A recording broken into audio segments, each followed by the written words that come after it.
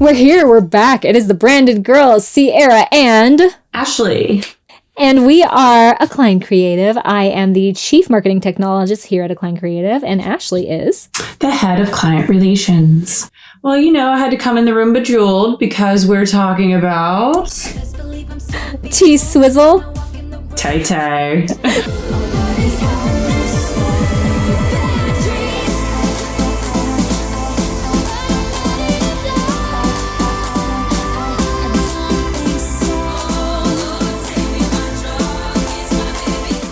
Tay-Tay, that's Taylor Swift for all of you who do not know her gangster name. But yeah, we're going into a deep dive on Taylor Swift in a series that we are calling When Good Brands Go Bad. Who else better to start it with than Taylor Swift, because we have lived through this eras of her and she's made a world domination comeback. It's true. It's like it's her tour was named Eras for a reason. She's had many eras, and the girl has she's done a full rebrand. So we're going to deep dive into everything that Taylor has done, starting from the beginning and moving on into the different phases of her career and how she took it from the absolute bottom, where her reputation was tanked, and then turned it around and broke the internet, basically selling her Eras tickets. The hottest, most profitable, aside from, I think you told me it was a Madonna still technically. Yeah. So far, if you look at that on I think Wikipedia stats, is that Madonna still holds the record for highest grossing tour, and it's adjusted for inflation too. But I honestly don't know if that includes global, because Taylor's now doing South America and Europe. So is that going to trump all of that? Does that get rolled into one? But she's up there. I think she's still top 5 right now of highest grossing. Yeah, she's not hurting. Yeah. No. So, yeah, let's start with her debut, when she debuted. Debutante. Back in the early 2000s. Yeah, little debutante. What do they call those balls? Coming out ball or whatever? Anyway. It's a debutante ball. Oh, okay. The coming out ball. Sorry. We have a very fun household over here, so we've had a coming out ball or two over here, so. I love it. Yeah. How was it? Well, it was fun. It was mostly hey, mom, dad, I'm gay. Woo! Oh, okay. Other type of coming out. Okay, I got you. I've had a coming out ball or two over here. Her debut was in, I believe it was that Taylor Swift album that came out in 2006. So that is when Taylor came out. And do you remember the first song? Do you know what it was? I probably am actually, I feel like I'm missing something, but I think for me, the earliest I remember her is Love Story. Ooh, okay. I believe it was Tim McGraw first. Oh, you're right. See? Yeah. 90% sure. That, actually, she was younger there. Yeah. Mm-hmm. And it was a very country song. It was country pop, but it was very country. It was way more country than it was pop. So it's that's the first iteration of Taylor. And she had the curly hair. That was her identifier at the time. She was tall with a long curly blonde hair. And I just remember that being her brand. She was just cute as a button. She took the world by storm. It was that one song came out and she was at every single award show. She was doing every single thing. And it was just blonde hair and tall with the guitar. And, she would strum the guitar and that was it. I remember that being her brand at the time. Very natural, I guess. That's how I remember her being. She was really safeguarded. She was blonde American. That is what you are. You have no controversy around you. You're completely innocent kind of thing, where they're trying to rewrite the whole narrative of keep her away from the Britney Spears and Christina type thing. And, you are the new that, but we got to keep you in this lane. And country is the safest place to start. And I think that they knew this is a safe place, because I don't know if you knew this, but Avril Lavigne was supposed to be a country music star to begin with. Absolutely had no clue about that. Yeah, she was supposed to be country and they rebranded her. So, but a lot of them, they try to start you as like, oh, will you be like a Kelsey Ballerini? Will you be like that? You know? And Taylor was able to break out of that mold, but no shade to Kelsey Ballerini. I bump her latest album all the time. But like, same. They kept her in that box and it just worked. And everyone needs that. They need one of those, you know? Like we all need that one country pop star that we could go to. But Taylor was able to break that mold, but she was initially just supposed to be that. So yeah, how do you think she broke that? Well, I think that she, like, to kind of set it up, I guess, is she made a niche for herself, really targeting young girls. You know, she pretty much only sung about romanticized things at that point in time. And these were like very teenage kind of relationships that she was talking about, like first loves and, you know, first heartbreaks, things like that. But she did it in a very romanticized way. And I thought that was a really cute, but also because she's a great songwriter, she really knows how to sell a mood. And she took that, I think, because her next album, I don't think that it changed for, like, it was for 4 albums, I believe, that was her signature, this kind of like cutesy, romanticized song with the blonde hair, the curls and everything like that. I think that she kept that for about 3 or 4 albums until Red. When Red came out in 2012, and then it was the red lipstick. It was more bold. She wasn't as cute about the songs anymore. Like, they were still okay. They were still kind of cute, but it was a little bit more edgy. And I think that's how she kind of stepped into the rebranding. It was a difference, and it was a big difference, but at the same time, it was still kind of within the vein. It was way more pop for sure once Red came out. But she had been kind of getting a little more pop with each album, I feel like. It just, country was still very prevalent with them. But by this time, it was like there was no country in it. It was just pop.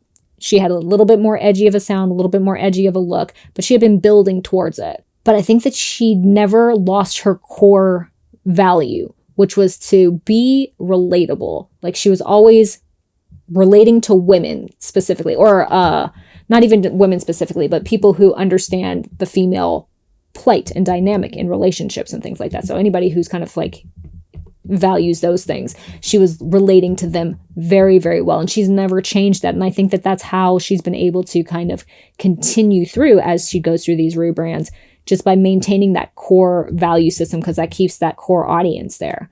Yeah, no, I completely agree with everything you're saying. She had a core audience and she only added to it, but she didn't lose the core.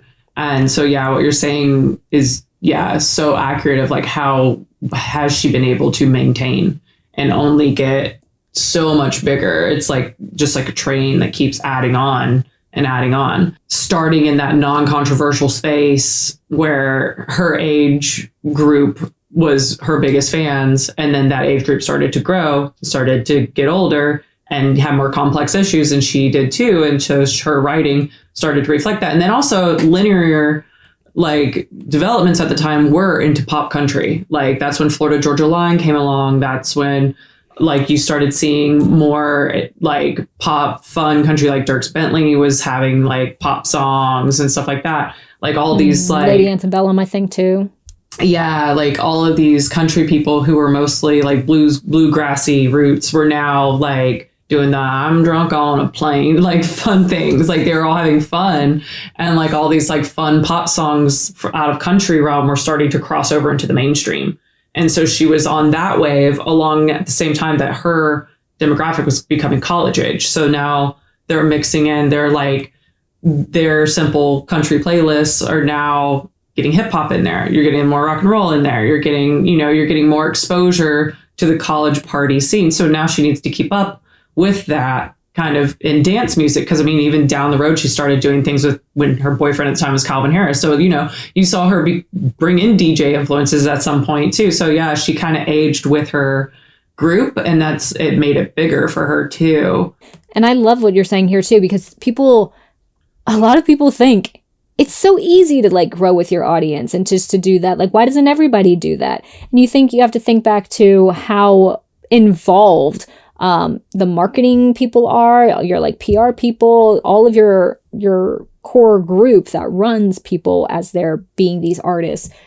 they're heavily involved in every decision that you make. And a lot of the times they don't want to let you grow because they're not sure of what's going to happen, how many people you're going to alienate, how much, revenue is going to be lost if you change a little bit.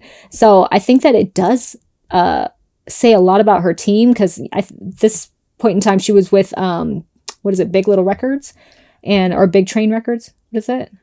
She was with her team at the time. It's Big something. I don't remember what it is. But so she was with them at the time.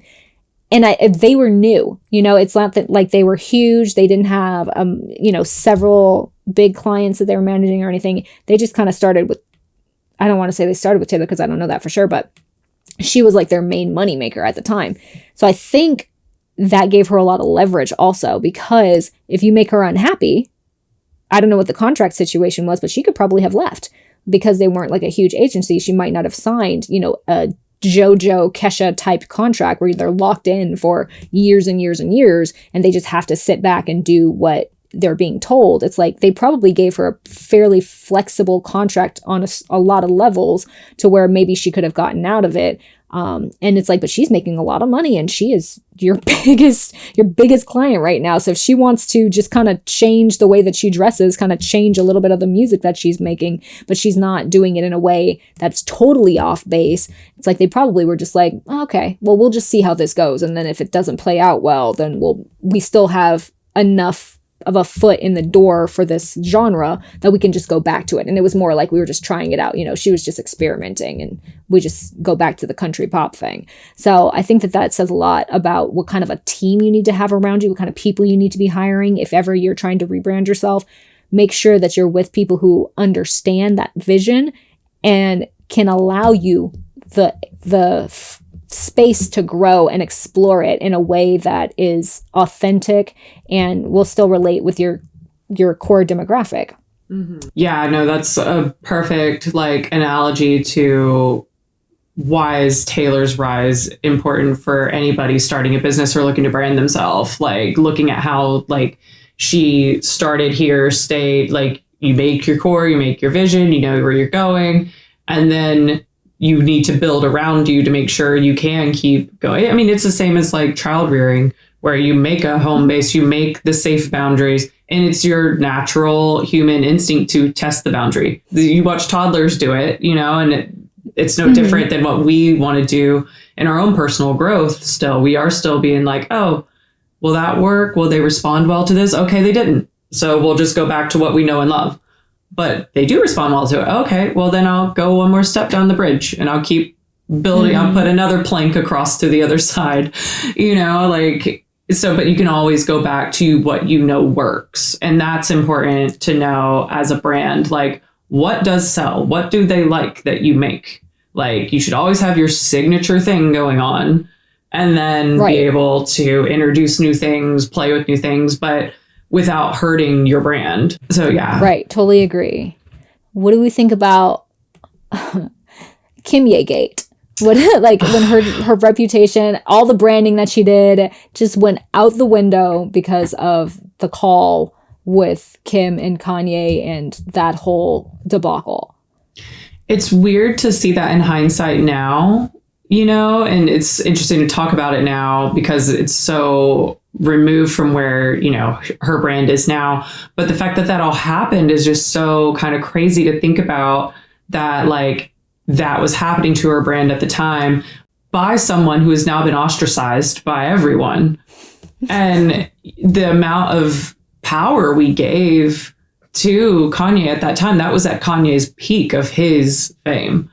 And he was such a loose cannon and he seemed like just such an intimidating bully that, in my opinion, he bullied her with a lot of his behavior.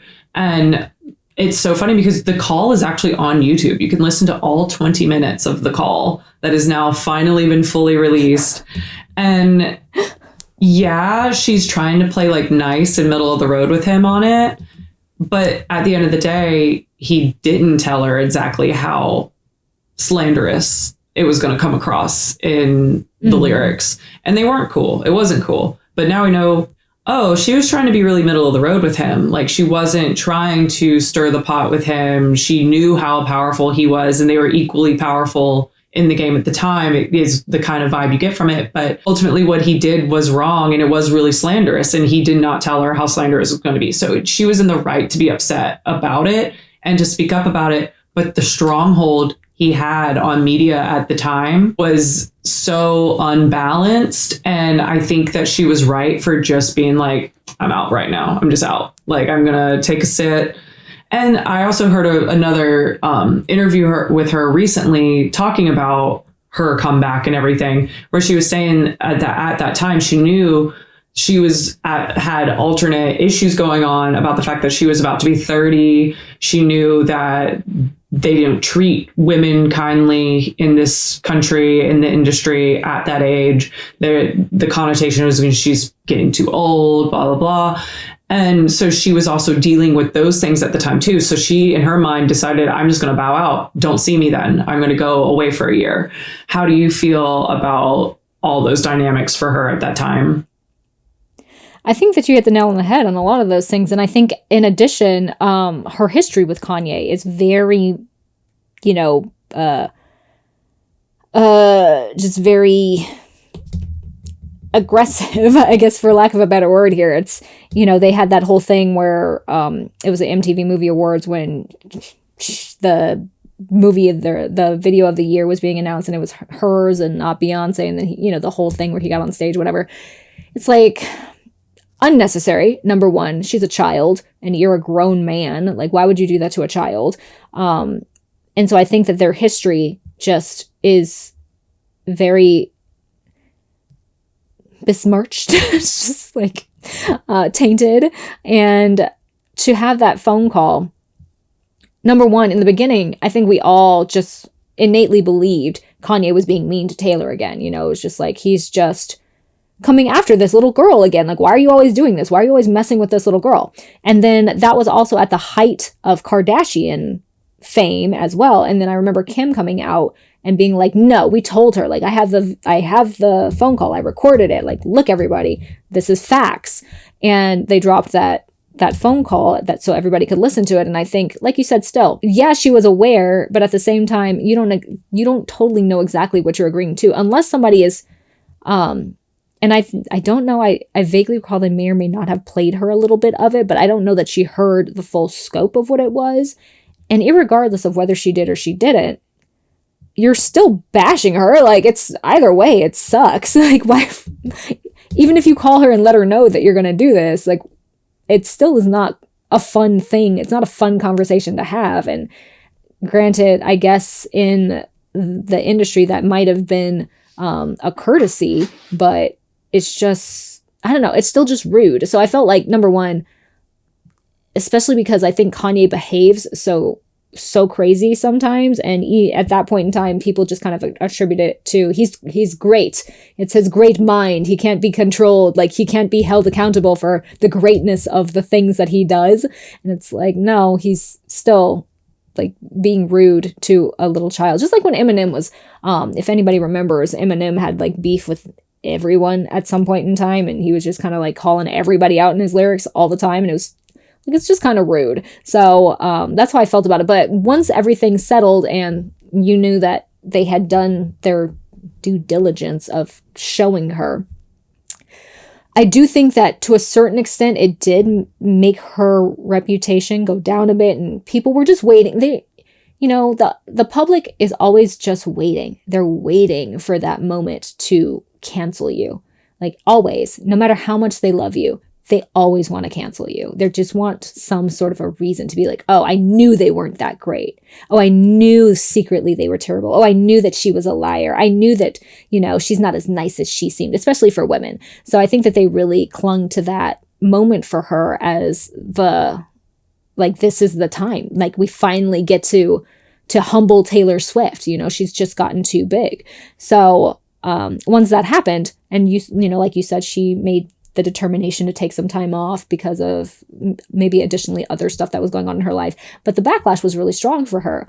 And I don't think that it was totally warranted. I don't think she was a liar. I don't think that it was that severe. I think that you just had two people who are making a lot of money, and neither one of them wants to lose any money at that point in time.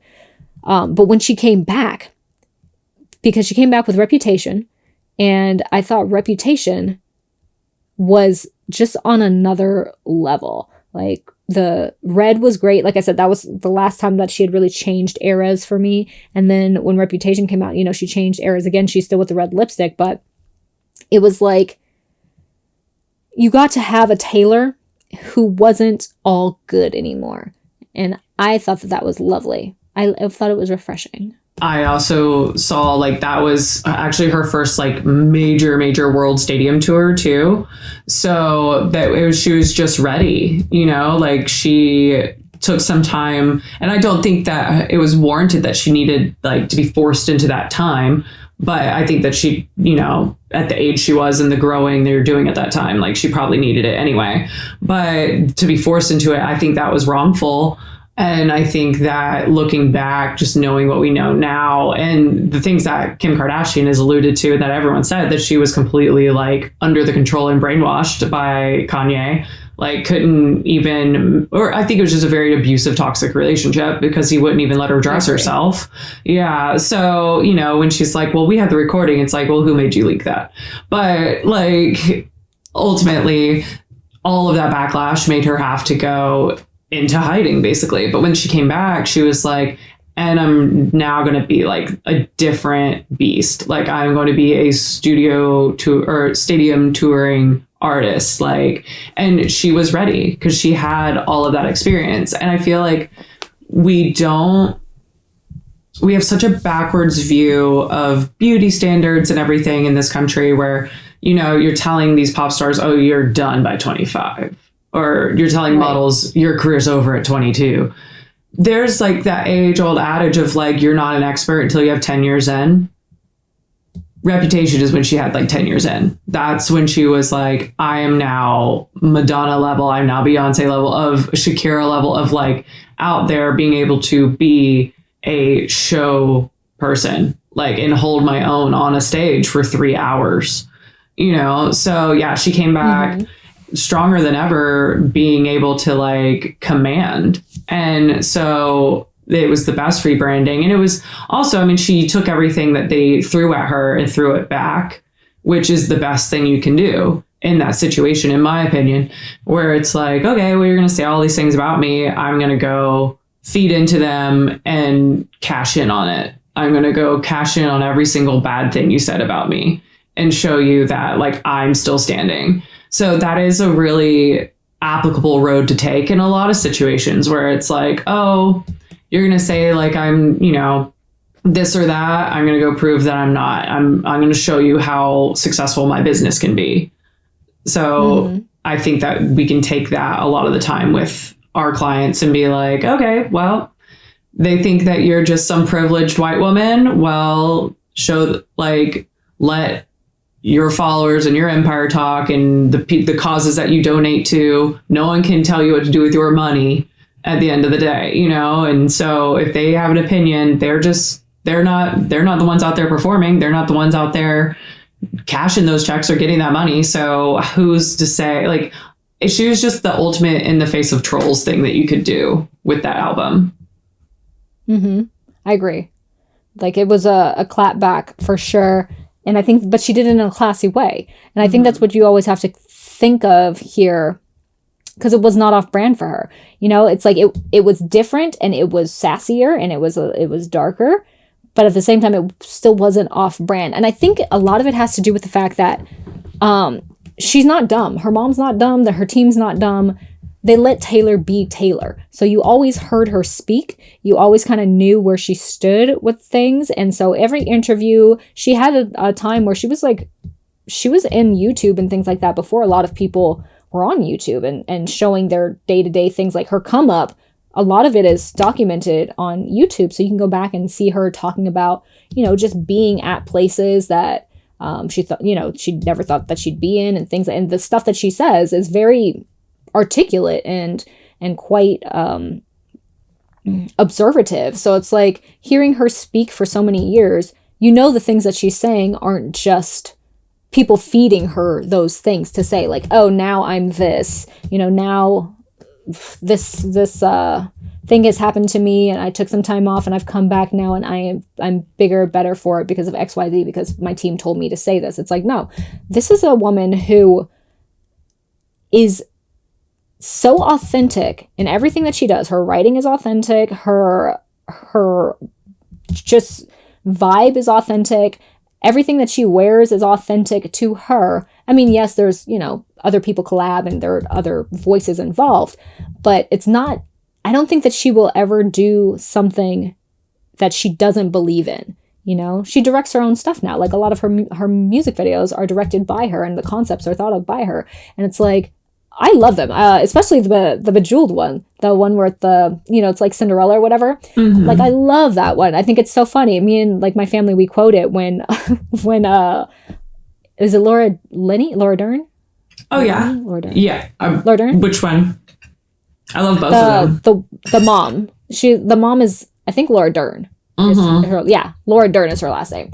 Mm-hmm. And she's like, what does she say? She says, "You sad saucy wench." I think is what she says. It's perfect. And it's just like, it's so perfect. Like, the random just dialogue that's in that, and they're like, "I see you cleaning up my sick from last night," and it's just like, I love this. It's so catty, but it's Renaissance and it's fairy tale, but it's like modern day as well. Like, nobody's taking it super seriously. But she thought of that. She thought of the concept. She thought of the things. I'm assuming she thought of the dialogue more or less. And it's like, it's just a woman who's so, like, this is who she is. So I felt that Reputation specifically was a rebrand, but it was a rebrand of just another layer that we hadn't really been privy to. And I thought that it was great, just getting to see that sort of sassy side of a woman who's been in this industry for so long, and she's really coming into her own and being like, I don't care. Like, okay, yeah, I may have, even if I said yes and I didn't really mean it, or I was there, but it wasn't in the way that you guys are taking it, but you want to take it that way. Like, who cares? I don't care. This is just, I'm still going to make music. I'm still going to do what I want to do. And I just thought that was wonderful. I love a sassy bee, and she was a sassy bee then, and it was great.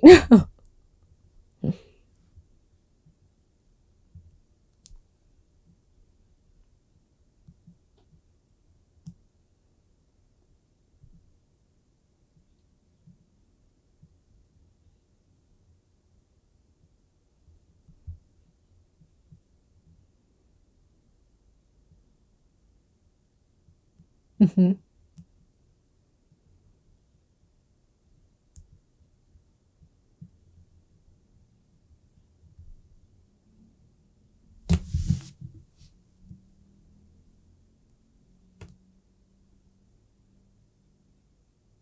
No, she didn't. Mm-hmm.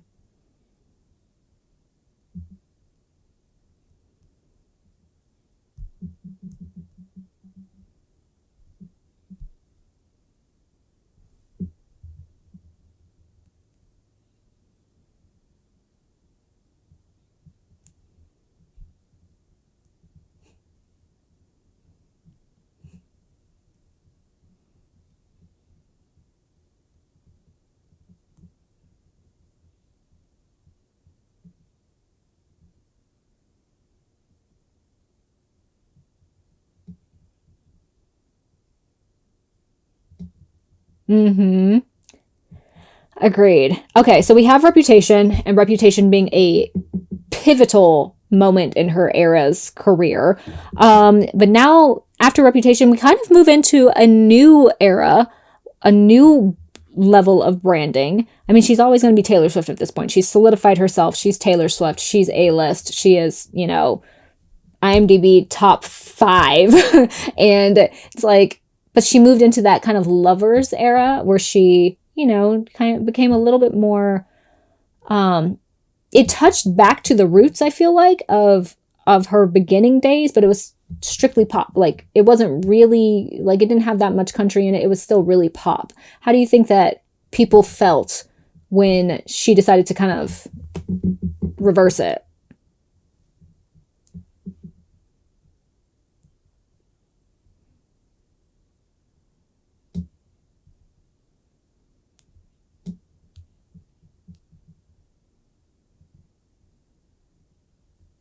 I like that song.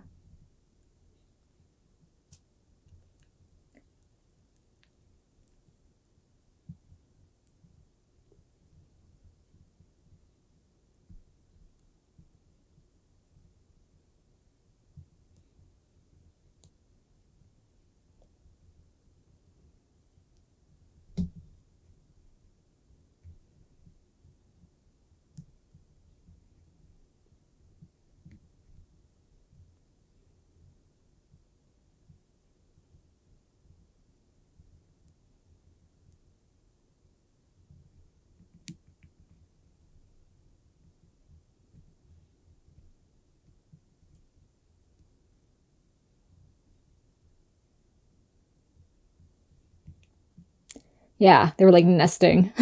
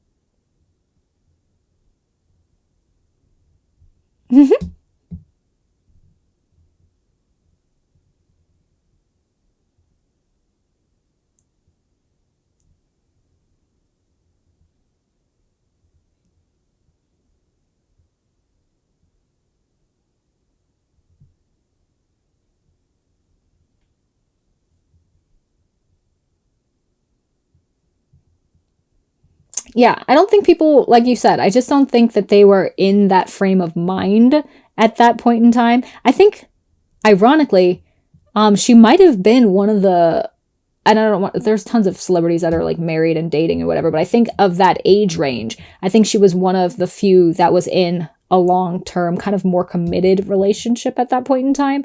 And I think just as a society as a whole, a lot of people were not super in relationships right then. So I do think that it did not attract people. You know, we talked about her kind of evolving with her audience, and I think this was one time where the evolution was not on par with everybody else. I think that most people were just not right there at that point in time. So it didn't do as well as the others. I will say my mom loves that album. It's like one of her favorite albums. That's what I felt.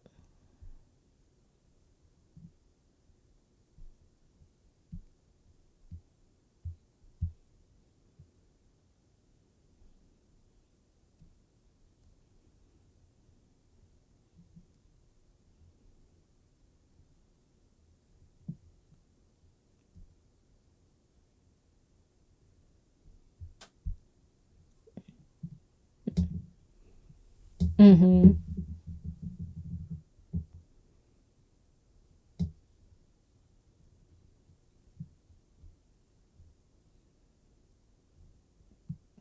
Mm-hmm.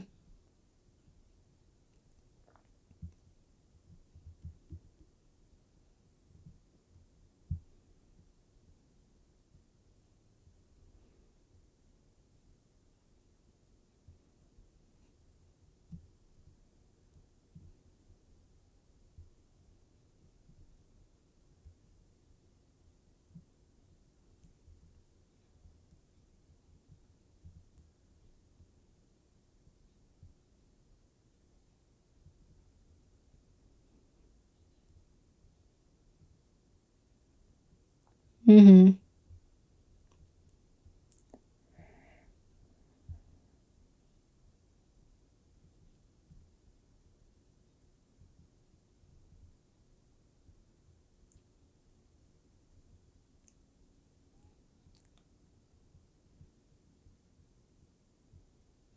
Mm-hmm.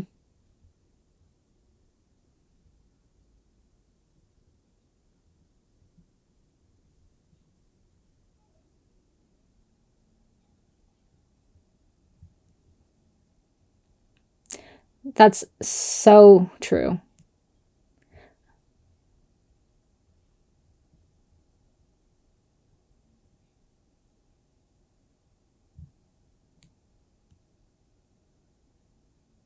which is interesting because you bring up an interesting point there of how much do brands need to divulge? It's like, in this case, we're talking about an actual person, and her brand is herself. So and she's been known, like you said, for being very open and honest. She writes songs about everybody she dates. Like, it's like a known thing. It's like a joke when people date her, like, oh, are you going to write a song about this sort of thing? But as a whole, the transparency within a brand, it's like, if you start to build a connotation for that brand based on their own personal relationships, it's like, is that good? Because at some point in time, it's probably going to change. Like, your personal relationships change a lot throughout your life. Even people who are married, you see all these people who have been married for 27, 30 years, whatever. Hugh Jackman is getting divorced. All sorts of people who have been married a really long time. It's not definite that that's going to always be the case. And it's like, you build your brand based on the fact that you are, this type of person with your person. How damaging is that? Is it like, maybe you should have just been quiet from the beginning? And I think a lot of stars will say, just be quiet from the start. Like, just don't even open up that door. Like, they've learned at this point from the 80s to now, maybe even from like the 50s to now, people talking too much about their relationships and then the public getting way too involved in it. But I'm just like, what are your thoughts on that, on brands making their identity something outside of what it is they actually do, and making it more of a, we've talked about it being like a cause-driven thing. We've now talked about it being like their personal relationship sort of thing. Like, should you do that? Should you make your brand kind of based on something that is not the thing that you're selling, or like the quality of the thing that you're selling?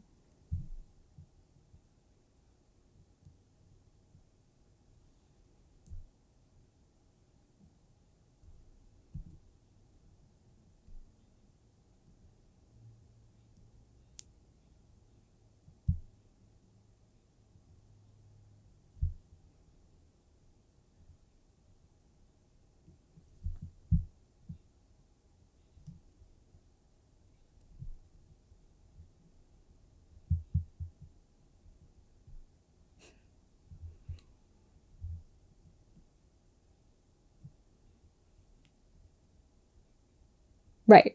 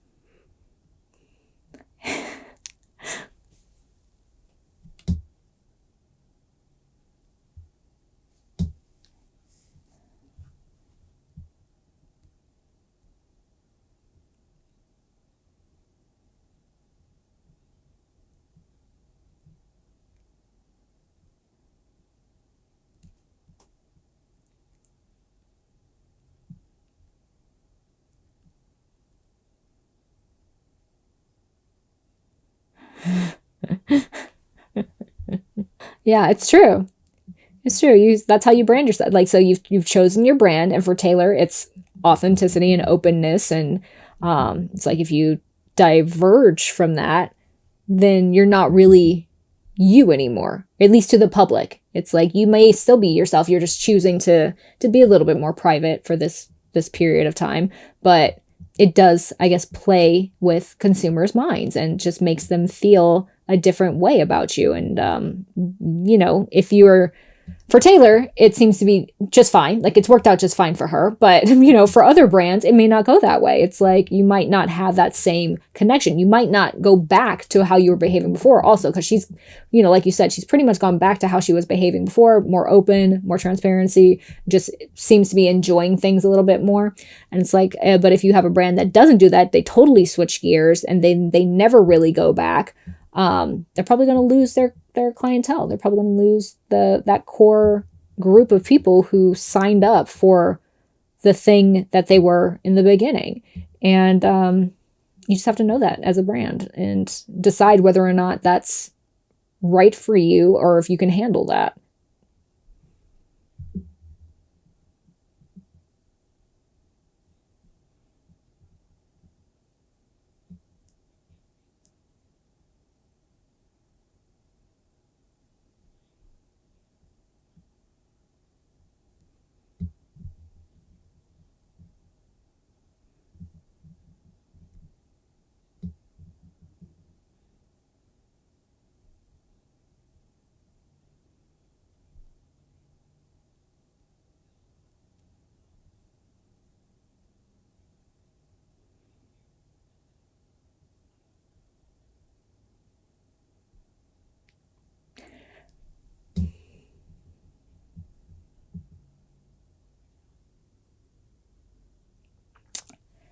Yeah, that was, I think, right during Folklore or Evermore, like between those two albums, which were just after Lover. Those were like the ones who came just after Lover. So, yeah, which is a whole different thing because, you know, that's really when it was like, I am a big business now. Like Taylor's an institution. So she was like, I don't need to sit here and just be silent or not have a voice in this situation. I want my masters. Like, this is not okay. So that was really that. Like, I love that. I love her businesswoman acumen just taking over and being like, no, no, no, no, no, no, no. This is mine. Again, being so authentic. She was like, these are my songs. I wrote these songs. I recorded these songs. These are me at this point in my life. I want this. You don't own this. And really just taking that as far as she could take it and not stopping until she got what she wanted. And I thought, this is a businesswoman. This is somebody who is, you know, I don't want to say infallible because, you know, everybody at some point in this industry has some moment of, you know, stepping down. I'm not saying that they disappear completely because you have people like Dionne Warwick and things like that. They still stay, but they're just not as top as they were before. So at some point, Taylor is going to take a step back. And I think she'll be just fine with it because she's done so much in her life when she, like, at that point in time, whenever that comes way far down the road. But her just owning that situation and being like, I don't care if people think that, because you know what people think when women kind of come into their own and try and like muscle something. She was like, I don't care. You think what you want. You think that this is an unladylike behavior. It doesn't matter. And I don't care if you think that I'm being stingy or greedy or whatever. These are mine. I did the work. I want it back. And she was a powerhouse before, but it's like, no, this is somebody who can run things. She runs an empire. So I don't know. Kudos to her for that.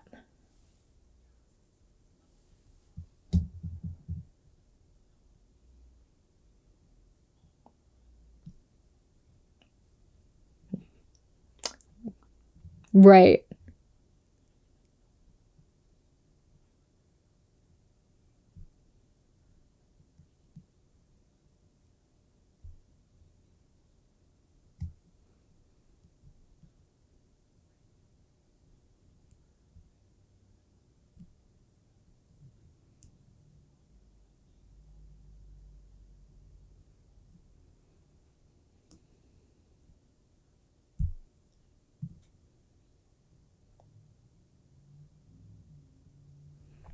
Don't even want.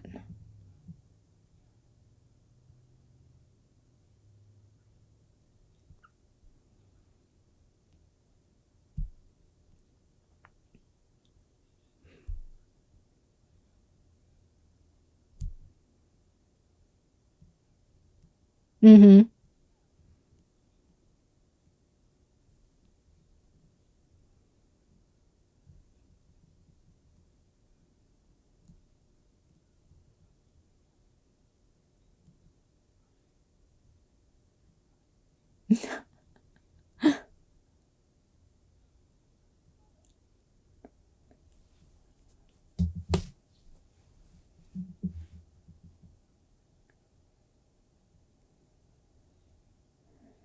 You know, I do love the letter B. I really do.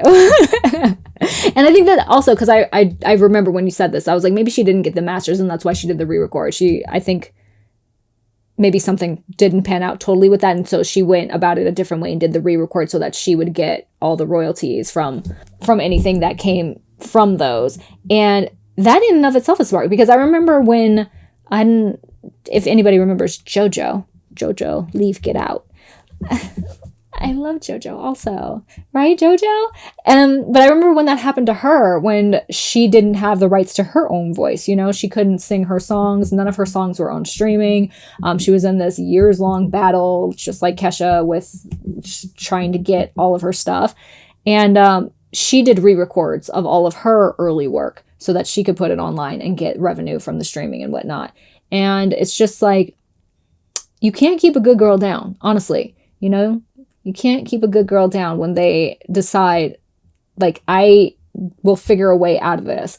So, you know, the series is called When Good Brands Go Bad. It's like, but once that bad happens, and they will go back good. If you're a good enough brand, you can go bad, but you will come back good. And that's what they've done, you know? So kudos to Taylor. Love that. Love that for Taylor. Love this journey.